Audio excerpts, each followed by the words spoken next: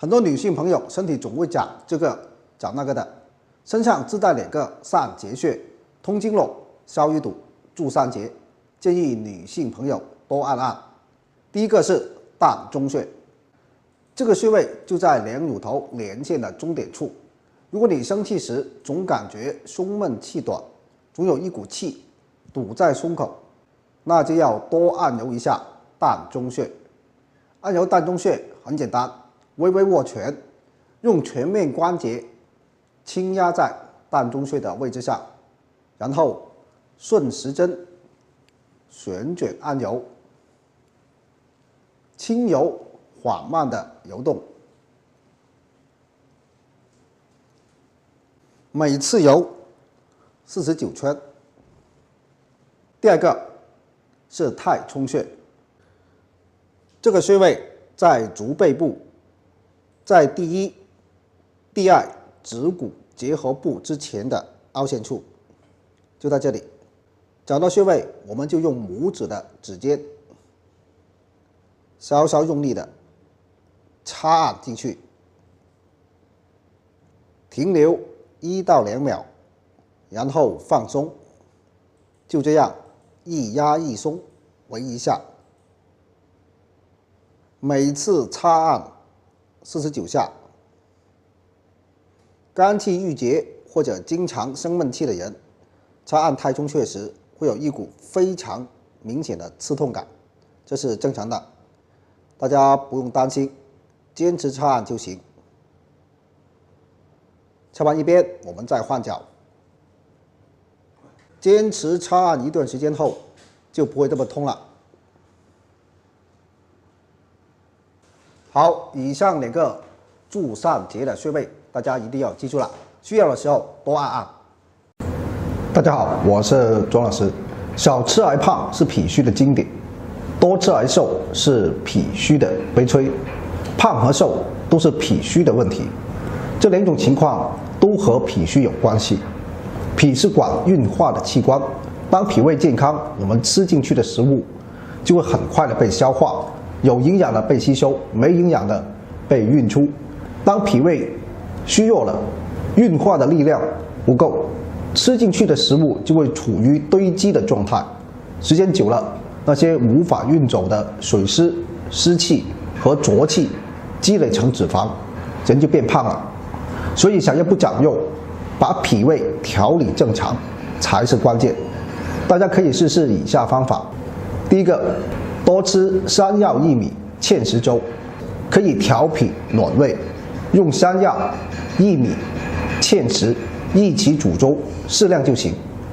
第二个，双脚互打，我现在向大家示范，可以坐着也可以躺着，我们就这样双脚的互击，重点刺激太白和公孙穴，这样敲打双脚可以直接刺激脾经上的太白和公孙穴，对脾胃好。第三个，多推腹。推腹的方法很简单，我们从心窝往下腹部推，力度适中就可以了。我们就这样从中间推个5到10分钟，然后我们再推侧腹，左右各推5分钟。这个就是推腹。腹部有脾胃的反射区，常常推腹，让腹部温暖起来，对脾胃有益。好，以上调理脾胃的方法，少吃而胖或者多吃而瘦的人都要试试，脾胃好了，情况就会得到改善了。好，本次内容就到这里，感谢大家支持，谢谢大家。大家好，我是庄老师。现在很多人常常久坐，搞得后腰部一直处于亚健康的状态。向大家分享一个穴位，它叫腰阳关穴。这个穴位是阳气通行的关隘，在人体中具有非常重要的地位。如果人体的阳气不足，就会表现出无精打采的状态，还有会出现疲惫困倦、虚寒怕冷等等表现。再加上由于缺乏室外活动，常常久坐，就容易诱发有急性坐骨神经问题、腰痛等等表现。腰阳关穴具有舒筋活络、祛寒除湿的作用，对腰部的日常保养有非常好的作用。腰阳关穴的位置很好找，腰阳关穴位于两侧髂前上肌连线与脊柱交界处，取穴时顺着腰两侧向下摸，会摸到腰下有一块骨头，这是髂骨。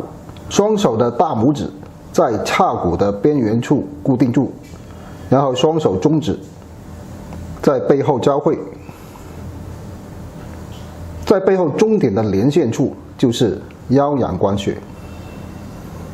刺激腰阳关穴可以采用点按的方法，食指中指并拢，压在腰阳关穴，力度适中的旋卷点揉，每次点揉腰阳关穴5到10分钟。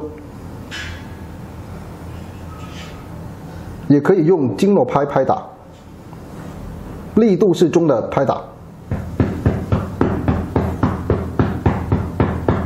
每次5到10分钟。如果你老觉得腰不舒服，可以试试用腰阳关穴做日常的保健。好，本次的内容就到这里，感谢大家支持，谢谢大家。把握住早上起床后的黄金10分钟，做10个简单的动作，对身体大有益处。动作1：两手对搓1分钟，将手心搓热，促进身体循环。动作2：双手搓脸1分钟，改善面部微循环，皮肤更加紧致。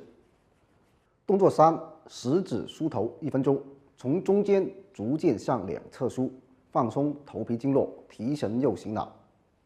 动作4：轻揉耳轮1分钟，通经散热，保健听力。动作5：食指揉鼻1分钟，双手食指上下搓揉鼻根，开肺窍，防感冒。动作6：搓揉颈部1分钟，用手掌快速搓揉颈部，促进循环，缓解颈部肌肉疲劳。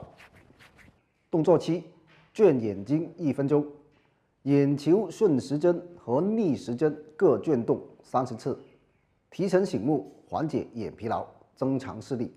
动作8：揉摩腹部1分钟，通畅肠胃之气，促进消化。动作9：拍打腋窝1分钟，宽松理气，开心一整天。动作10：拍打腹股沟1分钟，促进下半身循环，腿脚更加暖和。学会了赶紧做起来，健康精神每一天。大家好，我是庄老师。现在是秋天，很多人都知道秋燥很容易伤肺，所以我们要注意养肺。从中医养生里，心肺同源，我们心脏消耗的氧气全部都来源于肺。如果肺出了问题，就会导致心脏出现问题。反过来，心脏出问题也会影响肺，所以我们养肺的同时也要养心。下面向大家分享养心2式疏通动作，大家跟我练习一下。第一个动作，搓胸，我们用手掌搓前胸心区，就这样反复的搓。这个动作可以振奋我们胸部的阳气，疏通气血，每次做5到10分钟。第二个动作，拍打至阳穴。至阳穴在第7胸椎棘突下凹陷中，我们用手摸到我们背部2个肩胛骨，在2个肩胛骨最下点连线的中点。因为是用拍打的方法，那么穴位大概的位置就可以了。好，大概就在这里。我们双手拿着工具，力度适中的拍打。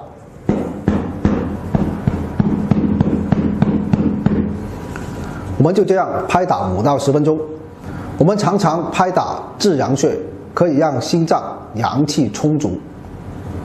好，以上2式动作可以很好的保健我们的心脏，大家坚持做。好，本次内容就到这里，感谢大家支持，谢谢大家。